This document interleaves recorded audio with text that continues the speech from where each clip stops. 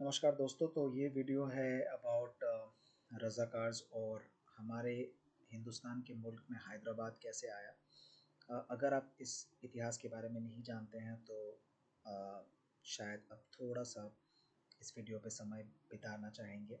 रज़ाकार के ऊपर एक मूवी अभी आई है 2024 की, जो तेलुगु वर्जन में मूवी है, बट इससे पहले 2015 में भी एक मराठी मूवी बनी थी रज़ाकार्स के ऊपर। कौन थे ये रज़ाकार्स और इनका क्या किरदार रहा है हिंदुस्तान के इतिहास में। रज़ाकार्स थे निज़ाम ऑफ हैदराबाद, जो कि आखिरी निज़ाम थे हैदराबाद के।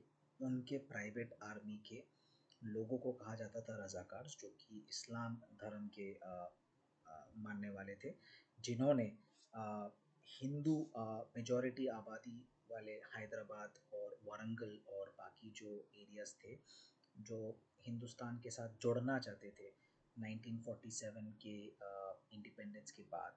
उस पे वो हिंदुस्तानियों के ऊपर, मतलब ख़ासकर जो हिंदूवादी लोग थे, उनको रोकने के लिए, मारने के लिए, उनको धर्म परिवर्तन करवाने के लिए काम में उनको लाया जाता था। इससे पहले अगर हम इसके बारे में बात करें तो इससे पहले हमें ये समझना ज़रूरी है, क्योंकि हैदराबाद के जो निज़ाम थे और हिंदुस्तान के तरफ से सरदार पटेल, जो कि तब के होम मिनिस्टर थे, दोनों के बीच में एक स्टैंड स्टिल एग्रीमेंट था, जिस एग्रीमेंट की वजह से उनको समय दिया गया था कि वो चुन सकते हैं कि वो हिंदुस्तान या पाकिस्तान किसके तरफ जाएगी। हालांकि उनके पास ये ऑप्शन भी था कि वो दोनों मुल्कों में से किसी को भी ना चुने और अपना खुद की देश बनाए, जो वो चाहते भी थे, जिसका नाम वो तुर्किस्तान देना चाहते थे।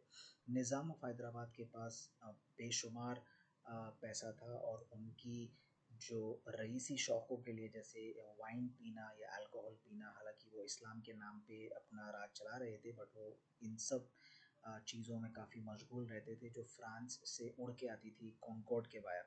तो इस तरीके से वो अपना खुद का जो फ्यूडल किंगडम चला रहे थे, इसको सरदार पटेल और जवाहरलाल नेहरू ने बहुत देर तक सहा। सरदार पटेल की सेहत भी उस टाइम तक ख़राब हो चुकी थी, और उनकी आखिरी जो सांसों के टाइम पे, जब उनका देहांत भी होने के उस टाइम के पीरियड के अंदर ही ऑपरेशन पोलो, जो 1948 में हुआ, जिसकी वजह से रज़ाकार्स और निज़ाम को परास्त करके हैदराबाद को हिंदुस्तान के साथ जोड़ा गया। बट इस बीच में बहुत सारे लोग भी थे जो इस रज़ाकार्स और निज़ाम के खिलाफ भी लड़ रहे थे, जैसे नरसिम्हा रेड्डी, जिनको शे गुएवेरा ऑफ तेलुगु लैंड कहा जाता है, शे गुएवेरा के नाम से, क्योंकि वो 10 दफ़ा पकड़ते पकड़ते बच गए और वो अपना लड़ाई जारी रखे थे।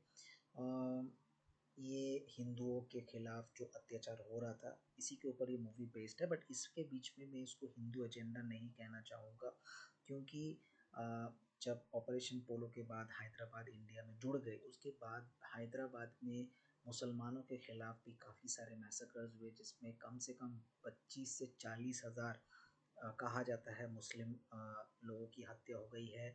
इसमें औरतों का बलात्कार और बहुत सारे घिनौने हरकत भी हुए हैं।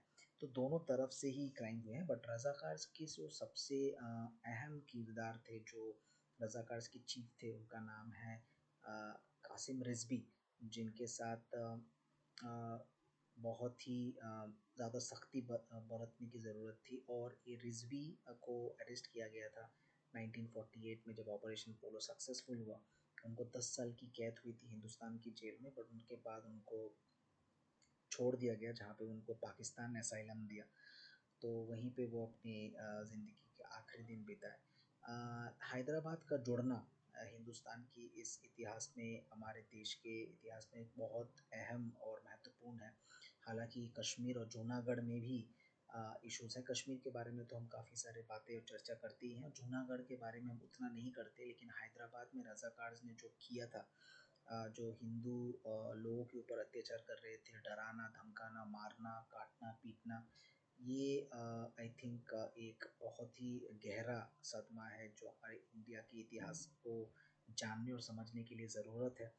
इसी तरह गोवा और दमन दीव भी बाद में हमारे इंडिया के साथ जुड़ा 1961 में, जो ऑपरेशन विजय के साथ हुआ। बट आज के लिए ये हमेशा याद रखना कि किस तरीके से बहुत लोगों की लड़ाई, खून और सरदार पटेल और हमारी भारतीय सेना की बेखौफ और बेझिझक प्लानिंग के वजह से, जो हालांकि एक साल लगा था स्टैंड स्टिल एग्रीमेंट के बावजूद, आज हैदराबाद और आंध्रा, तेलंगाना जो भी आप कहें, वो पूरा रीजन आज हमारे साथ जुड़ा है और हैदराबाद आज हमारे भारतीय देश का एक अभिन्न हृदय अंश है। तो इसी के साथ आज के लिए ये वीडियो समाप्त करता हूँ। ऐसे और आगे वीडियोस के लिए कृपया सब्सक्राइब कीजिए मेरे चैनल को, ऐसे और कंटेंट आते रहेंगे। चलिए, गुड नाइट, शुभ रात्रि।